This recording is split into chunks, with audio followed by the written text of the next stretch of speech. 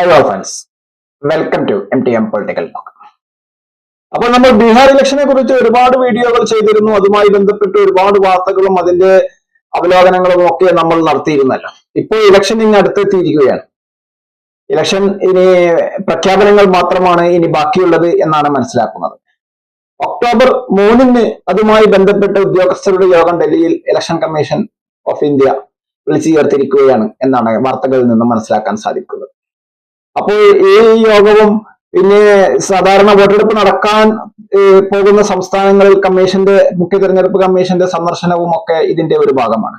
കമ്മീഷന്റെ സന്ദർശനവും തീയതിയും തീരുമാനിച്ചു എന്നാണ് വാർത്തകളിൽ നിന്ന് മനസ്സിലാകുന്നത്. ഒക്ടോബർ 4-5 തീയതികളിൽ കമ്മീഷൻ ബീഹാർ സന്ദർശിക്കാൻ സാധ്യതയുണ്ട് എന്നാണ് മനസ്സിലാക്കുന്നത്. അപ്പോൾ ഇത് രണ്ടും പൂർത്തിയായി കഴിഞ്ഞാൽ പിന്നെ പ്രഖ്യാപനങ്ങളാണ് ബാക്കിയുള്ളത്. അന്തിമ വോട്ടർ പട്ടികയും പ്രഖ്യാപിച്ചു കഴിഞ്ഞു.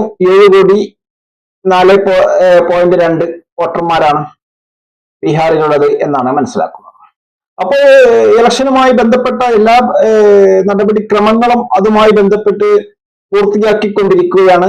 അപ്പോൾ പൂർത്തിയായി കഴിഞ്ഞിരിക്കുകയാണ് എന്നാണ് ഇതിൽ നിന്ന് നമുക്ക് മനസ്സിലാക്കാൻ സാധിക്കുന്നത്. അന്തിമ വോട്ടർ പട്ടിക പ്രസിദ്ധീകരിച്ച് 7,42 ഇതാണ് അന്തിമ വോട്ടർ പട്ടികയിലെ വോട്ടർമാരുടെ എണ്ണം. സന്ദർശനം 4-5 തീയതികളിൽ കമ്മീഷൻ നടത്തുകയാണ്. അതും കഴിഞ്ഞാൽ പിന്നെ പ്രഖ്യാപനങ്ങളാണ് ബാക്കിയുള്ളത്. കമ്മീഷൻ ഡൽഹിയിൽ തിരിച്ചെത്തി കഴിഞ്ഞാൽ പിന്നെ സാധാരണഗതിയിൽ അങ്ങനെയൊക്കെയാണ് സംഭവിക്കാറുള്ളത്. പിന്നെ പ്രഖ്യാപനങ്ങളാണ് ഉണ്ടാവാറുള്ളത്. അപ്പോൾ ഏതായാലും ബീഹാർ സംസ്ഥാനം ഇലക്ഷൻ ചൂടിലേക്ക് പ്രവേശിക്കുകയാണ് എന്നാണ് ഇതിൽ നിന്ന് നമുക്ക് മനസ്സിലാക്കാൻ സാധിക്കുന്നത്.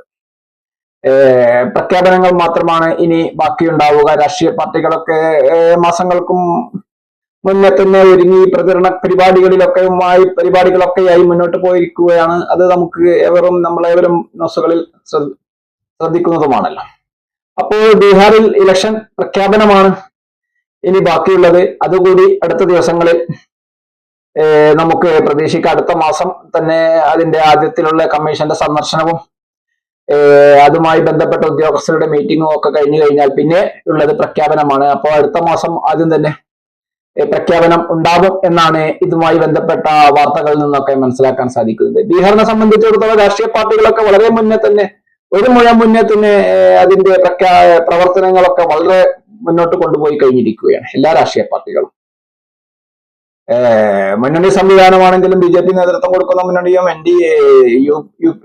ഇന്ത്യ സഖ്യം നേതൃത്വം കൊടുക്കുന്ന മുന്നണിയും ഒക്കെ വളരെ ബഹുദൂരം പ്രവർത്തനങ്ങളുമായി മുന്നോട്ട് പോയിക്കൊണ്ടിരിക്കുകയാണ്. ഇലക്ഷൻ ചൂടിലേക്ക് ബീഹാർ സംസ്ഥാനം കടന്നിരിക്കുകയാണ് എന്നാണ് ഇതിൽ നിന്ന് നമുക്ക് മനസ്സിലാക്കാൻ സാധിക്കുന്നത്.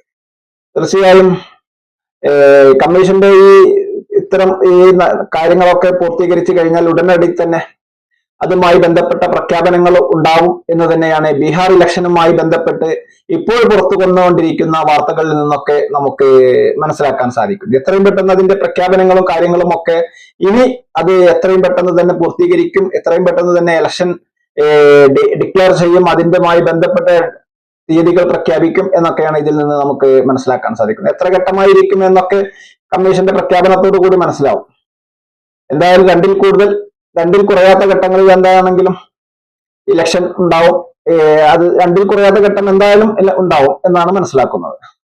അതിൽ കൂടുതൽ എത്ര ഘട്ടം ഉണ്ടാവും എന്ന് കമ്മീഷൻ പ്രഖ്യാപിക്കുമ്പോഴാണ് നമുക്ക് കൂടുതൽ അതിന്റെ വ്യക്തതയിലേക്ക് നമുക്ക് എത്താൻ സാധിക്കുകയുള്ളൂ. തീർച്ചയായും അപ്പോൾ ഇലക്ഷൻ ചൂടിലേക്ക് ബീഹാർ കടക്കുകയാണ് അടുത്ത മാസം ആദ്യത്തോടു കൂടി. അതിന്റെ പ്രഖ്യാപനങ്ങളും കാര്യങ്ങളും മീറ്റിങ്ങുകളും ഒക്കെ പൂർത്തീകരിച്ചു കഴിഞ്ഞാൽ പിന്നെ പ്രഖ്യാപനങ്ങളാണ് ബാക്കി ഉണ്ടാവുക. തീർച്ചയായും കമ്മീഷന്റെ പ്രഖ്യാപനം ഒക്ടോബർ ആദ്യവാരത്തിൽ തന്നെ നമുക്ക് പ്രതീക്ഷിക്കാം എന്നാണ് ഇതിൽ നിന്ന് മനസ്സിലാക്കാൻ സാധിക്കുന്നത്. തീർച്ചയായും അപ്പോൾ ഏതായാലും ഈ വിഷയവുമായി ബന്ധപ്പെട്ട കൂടുതൽ വീഡിയോകൾ നമുക്ക് ഇനിയും ഒരുപാട് ചർച്ചകളും കാര്യങ്ങളും അവലോകനങ്ങളും ഒക്കെ നടത്തേണ്ടതുണ്ട്. തീർച്ചയായും ഇതിന്റെ ന്യൂസുകൾ വരുന്ന മുറക്ക് തീർച്ചയായും അടുത്ത വീഡിയോയുമായി കണ്ടുമുട്ടാം. വീണ്ടും സന്ധിക്കും വരെ വണക്കം, നന്ദി, നമസ്കാരം.